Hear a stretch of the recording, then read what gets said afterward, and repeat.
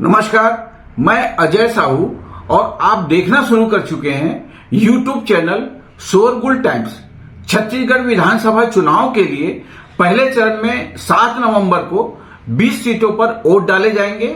इसमें से 10 विधानसभा क्षेत्रों में सुबह 7 बजे से दोपहर 3 बजे तक तथा 10 विधानसभा क्षेत्रों में सुबह 8 बजे से शाम 5 बजे तक मतदान होगा। पहले चरण में मतदान वाले 20 विधानसभा क्षेत्रों में कुल 223 उम्मीदवार मैदान में हैं। चुनाव में सीधा मुकाबला कांग्रेस और भाजपा के बीच ही है, लेकिन बस्तर संभाग की कुछ सीटों पर बसपा सहित अन्य पार्टियां चुनाव परिणाम को प्रभावित कर सकती है। पहले चरण के चुनाव में कई हाई प्रोफाइल सीटें भी शामिल है।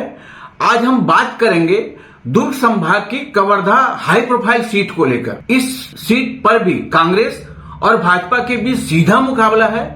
कांग्रेस ने प्रदेश सरकार के वरिष्ठ मंत्री मोहम्मद अकबर को चुनाव मैदान में उतारा है। वहीं भाजपा ने कद्दावर नेता विजय शर्मा को टिकट देकर टक्कर देने की कोशिश की है। खास बात यह है कि प्रदेश के कांग्रेस और भाजपा प्रत्याशियों में मोहम्मद अकबर एकमात्र मुस्लिम प्रत्याशी हैं। बता दें, अकबर मुस्लिम जमात से ताल्लुक जरूर रखते हैं, लेकिन वे पूरे प्रदेश में अपवाद हैं।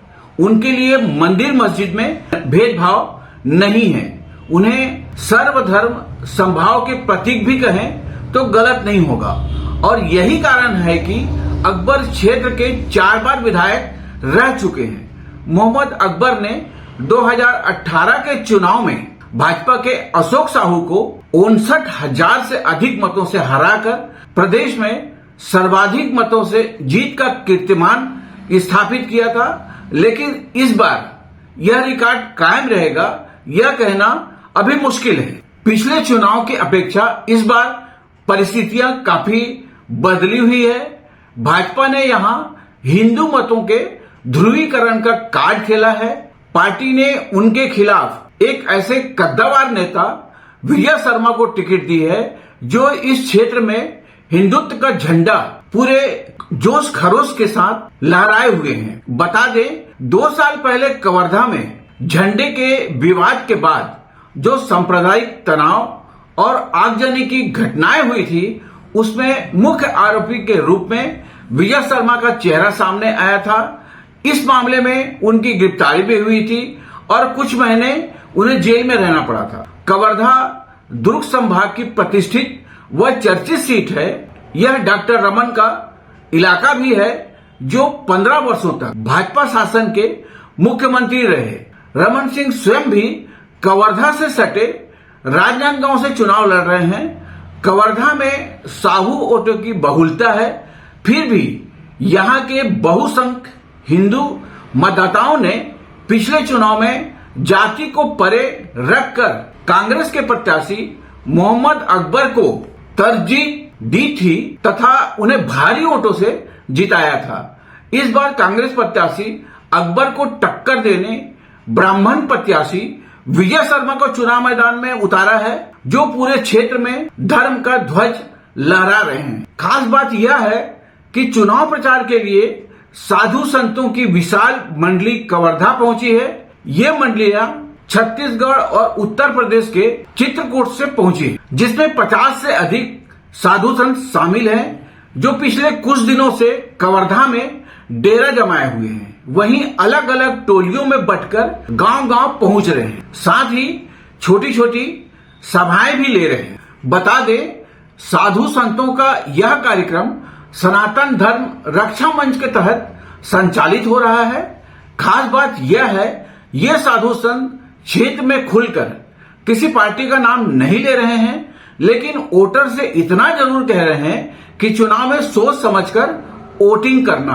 क्षेत्र में सक्रिय साधु संतों की इस टोली में राष्ट्रीय स्वयंसेवक, विश्व हिंदू परिषद तथा बजरंग दल के कार्यकर्ता भी शामिल है। चुनाव में धर्म व जाति के नाम पर हिंदू वोटों का ध्रुवीकरण की रणनीति का कितना लाभ भाजपा को मिलेगा, यह कहना अभी मुश्किल है, लेकिन कांग्रेस को नुकसान की संभावना भी कम नजर आ रही है। दरअसल कांग्रेस प्रत्याशी अकबर ने कभी जाति धर्म की राजनीति नहीं की, जिसके कारण पूरे क्षेत्र में हर समाज के लोगों में उनकी अपनी एक अलग पकड़ मानी जाती है।